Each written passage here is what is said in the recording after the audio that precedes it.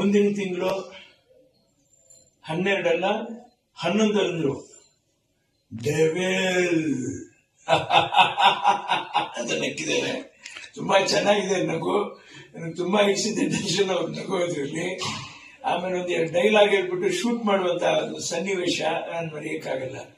ಎಲ್ಲದಕ್ಕಿಂತ ಜಾಸ್ತಿ ದರ್ಶನ್ ಅವ್ರನ್ನ ನಾನು ಅಂತರಾಳದಲ್ಲಿ ಇಷ್ಟಪಟ್ಟವನು. ಯಾಕಂದ್ರೆ ನನ್ನ ಆರೋಗ್ಯ ಸರಿ ಇಲ್ದಿದ್ದಾಗ ನನಗೆ ಫೋನ್ ಮಾಡಿ ನನಗೆ ಅವರು 3 ದಿವಸ ಭಾರತ ನಂತರ ಅವರು ಈ ಘಟನೆನಾಗೆ ಒಂದು ದುರ್ಘಟನೆ, ಅದೊಂದು ಕೆಟ್ಟ ಘಟನೆ ನಡೆದೋಗುತ್ತೆ.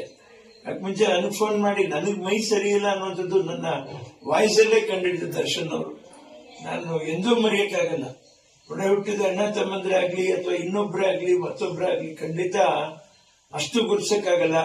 ಅವರು ನನ್ನನ್ನ D25 ಅಲ್ಲಿ ಅಣ್ಣ ನೀವು ಬರ್ತಾ ಇದ್ದೀರಾ ತಾನೆ ಅಂತ ಅವ್ರು ಭಾರಿ ಇದಾಗಿ ಕೇಳಿದ್ರು. ಪಾಪ ನನಗೆ ಯಾಕೆ ನಾನು ಬರ್ಬಾರ್ದು, ನಾನು ಬರ್ತಾ ಇದ್ದೀನಿ ಕಣಪ್ಪ ಅಂತಾನೆ ಹೇಳಿದೆ. ನಾನು ಆ ಪ್ರೀತಿ ಅವ್ರು ಉಳಿಸ್ಕೊಂಡು ದರ್ಶನ್ ಅವರು ನನ್ನನ್ನ ಅವ್ರ ಮನಸ್ಸಲ್ಲೇ ಇಟ್ಕೊಂಡಿದ್ದಾರೆ, ನಾನು ಅವ್ರನ್ನ ನನ್ನ ಮನಸ್ಸಲ್ಲೇ ಇಟ್ಕೊಂಡಿದ್ದೀನಿ.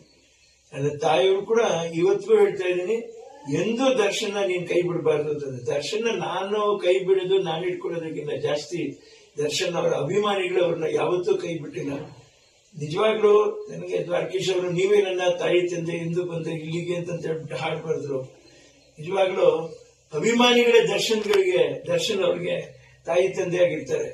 ಅವರು ಯಾವತ್ತೂ ದರ್ಶನ್ ಅವ್ರನ್ನ ಕೈ ಬಿಡಲ್ಲ. ಅದ್ ನನ್ಗೆ ಚೆನ್ನಾಗಿ ಗೊತ್ತು. ನಾನು ಹೇಳಿ ದರ್ಶನ್ ಅವ್ರಿಗೆ ಒಂದು ಪ್ರಮೋಷನ್ ಕೊಡ್ಬೇಕು ಅನ್ನುವಂತ ವ್ಯಕ್ತಿತ್ವವನ್ನು ಯಾವ್ದು ನನ್ನ ಹತ್ರ ಇದೆಯೋ ಅದು ನನಗೆ ಗೊತ್ತಿಲ್ಲ. ಆದ್ರೆ ದರ್ಶನ್ ಅವ್ರಿಗೆ ಪ್ರಮೋಷನ್ ಕೊಡದಿರನೆ ಗಳಿಸಿ ಇಡೀ ಕರ್ನಾಟಕ ಅಲ್ಲ, ಇಡೀ ಭಾರತ ದೇಶ ಅಲ್ಲ, ಇಡೀ ವಿಶ್ವನೇ ತಲೆ ಎತ್ತಿ ವಾಪಸ್ ತಿರುಗಿ ನೋಡ್ಬೇಕು. ಒಬ್ಬ ಮನುಷ್ಯನಿಗೆ ಇಂಥ ಒಂದು ಅಭಿಮಾನಿಗಳ ಒಂದು ಸಮೂಹನೇ ಇದೆಯಾ ಅಂತ ಆಶ್ಚರ್ಯ ಪಡ್ಬೇಕು. ಆ ತರ ನಡೆಸಲಿ ಅಂತ ನಾನು ನನ್ನ ತಾಯಿಯವರ ಹತ್ರ, ಭುವನೇಶ್ವರಿ ತಾಯಿ ಹತ್ರ, ದರ್ಶನ್ ಅವರಿಗೆ ಜನ್ಮ ಕೊಟ್ಟ ತಾಯಿಯವರು, ಅವ್ರ ತಂದೆಯವರು ತೂಗುದೀಪ್ ಶ್ರೀನಿವಾಸರವರು, ಅವರ ಆಶೀರ್ವಾದ ಈ ಚಿತ್ರಕ್ಕೆ ಸದಾಕಾಲ ಇರ್ಲಿ ಅಂತ ಅವ್ರ ಕುಟುಂಬ ವರ್ಗದವರು ಸಂತೋಷ ಪಡ್ಲಿ ಅಂತ ಹೇಳ್ಬಿಟ್ಟು ಹೇಳ್ತಾ ಇದ್ದೀನಿ. ಎಲ್ಲದಕ್ಕಿಂತ ಹೆಚ್ಚಾಗಿ ಅಭಿಮಾನಿಗಳಿಗೆ ಸಂತೋಷ ಸಿಗ್ಲಿ. ನೊಂದು ಹೊರಗಡೆ ಇರ್ಬೇಕಾಗಿತ್ತು ನಮ್ಮ ದರ್ಶನ್ ಅವರು.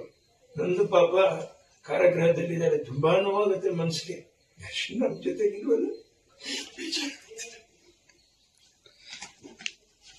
ಕಷ್ಟ ಆಗುತ್ತೆ ಮನಸ್ಸಿಗೆ. ಒಳ್ಳೇದಾಗ್ಬೇಕಾಯಪ್ಪ, ದೇವ್ರು ಒಳ್ಳೇದ್ ಮಾಡ್ತಾರೆ ನನ್ನ ನಂಬಿಕೆ.